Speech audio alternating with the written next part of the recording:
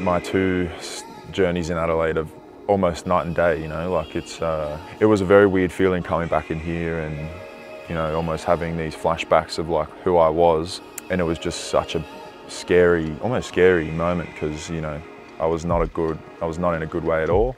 I had to walk away from my whole life, which was here, you know, in order to get my life back on track.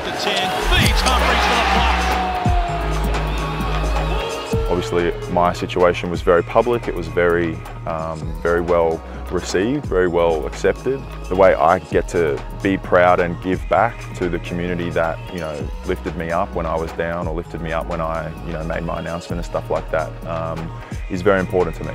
It was one of the hardest things I've ever done in my life. Bearing your soul like that and sharing something that you've literally hated about yourself and wanted to just never be a thing so publicly, was very weird to go through, for sure. You know, for a long time, the community, my community, hasn't been welcome in places and hasn't felt like sport was a place for us, particular male sport. That stereotype that, you know, you can't be gay and play a sport or can't be gay and play a high-level male sport. Having the Pride Round, you know that the league is supporting me and my community and allowing them to come and be celebrated, you know, at a game and understand that everyone is welcome in basketball and that it's a space for everybody.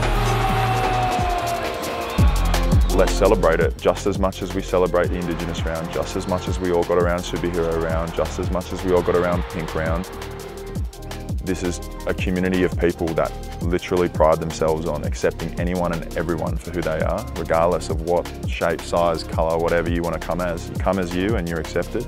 It's a community that tries to find happiness and joy in everything because we have had almost no happiness and no joy in so much of our lives. I would just say come with that intention, you know. It's a night we get to celebrate and be colourful and have a good time. There's a lot of glitz and glamour involved, and that's no denying that, but you know, that's just the fun part of the really serious stuff I'm trying to do. Big part of why I take on a lot of work is because I believe that the more visible I am, the more accessible I am to people, and the more people can see me doing things and be an example for people, that's my way of being able to make sure that what I'm doing is working and what I'm doing is being seen. Because if I just made my announcement and had this big, you know, this big acceptance from this whole global community and just stayed quiet and laid low just like I was doing, I wouldn't feel like it was for anything. So I think the visibility is really important and just making sure I'm in front of people as much as I can be.